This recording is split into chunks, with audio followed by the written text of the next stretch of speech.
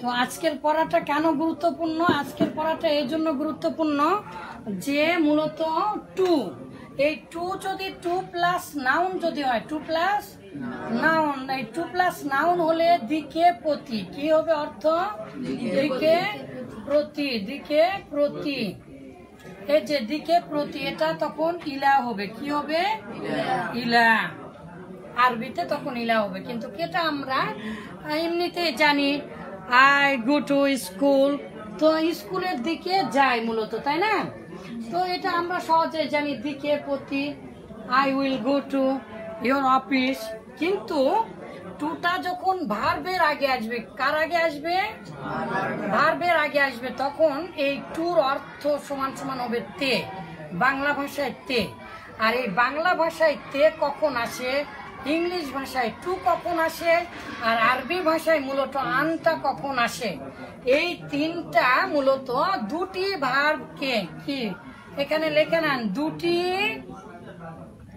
ভার্বকে মিলাতে, মিলাতে, একই বাক্যের মধ্যে, একই বাক্যের মধ্যে দুটি ভার্বকে মিলাতে। তো আমি খাই, তাহলে আমি খেতে চাই, তাহলে বাংলা ভাষায় কি আসলো? তে, আমি খেতে চাই, চাই কি? খেতে। তাহলে খেতে, আমি জানি টু, ভার্বের আগে টু দিলেই তে হবে, তাহলে ইট মানে খাওয়া, আর টু ইট মানে খেতে, তাই না? টু ইট মানে কি? খেতে। তাহলে টু গো মানে কি?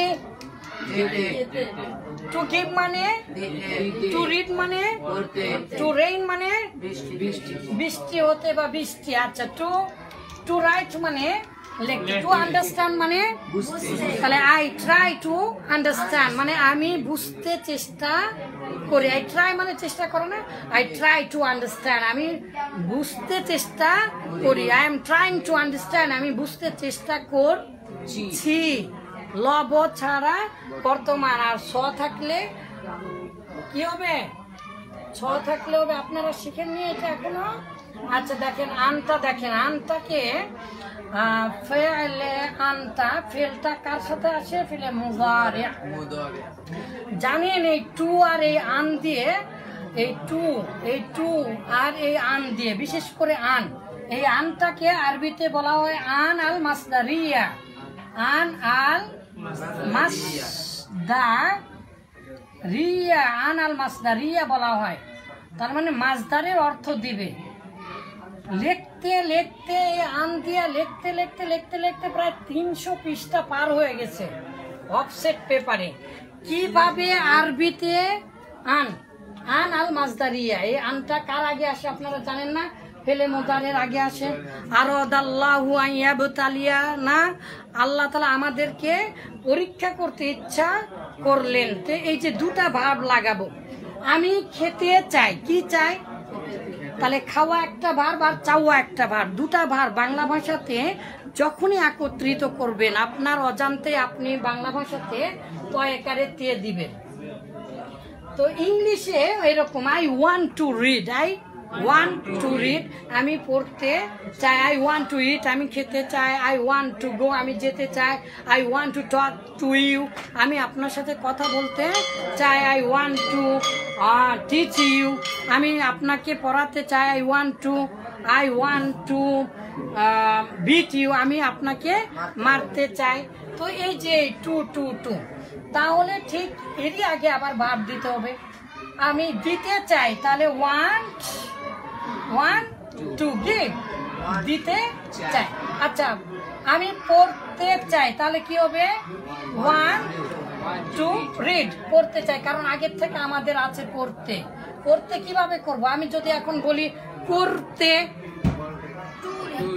টু ডু, টু ডু করতে, তাহলে আমি এখন যদি বলি তোমাকে করতে হবে, তোমাকে ভুলে গেছেন? হ্যাঁ, এই যে হ্যাভ টু, তাহলে হাবের পরে টু আসছে, আবার টু ডু আসছে। এটা শিখিয়েছিলাম একদিন, আর একদিন ইনশাআল্লাহ শিখাবো। কিন্তু এই জায়গাতে যেমন আল্লাহ তাআলা কিছুক্ষণ আগে হাদিসে পড়ে আসলাম কি, আরাদাল্লাহু আন ইয়াবতালিয়া হুম, হাদিসে এসেছে আল্লাহ তাআলা তাদেরকে পরীক্ষা করতে চাইলেন, এই যে করতে চাইলেন। তাহলে উরিদু আন আতাকাল্লামা মাকুম, আমি আপনাদের সাথে কথা বলতে চাই। আন আতা কাল্লামা, তাহলে এই যে আনটা এসে আপনারা জানেন আল্লাহ কাইজান ফিল মুজারিকে কি করে নসব দেয়, কিন্তু আমার মূল উদ্দেশ্য মূলত আন, আমি কথা বলতে চাচ্ছি, আমি চাই যে তুমি কথা বলো। তাহলে এই যে আসে আনের অর্থ কোনো ডিকশনারিতে ধরেনি, এটা হচ্ছে সবচেয়ে বেশি ব্যবহার হয়, যে হয়, হে হয়, অন্তস্থ হয়, র হয়, জন্য হয়। ইনশাল্লাহ আর একদিন আপনাদেরকে দেখিয়ে দেব। আজকে তাহলে দুটা ক্রিয়াকে কিভাবে মিলাবেন সেটা হচ্ছে, একটা ভার্বের আগে টু দিলেই হবে, আর আরবিতে আনটা দিলেই হয়ে যাবে। ইনশাআল্লাহ আশা করছি আপনারা বুঝতে পারছেন।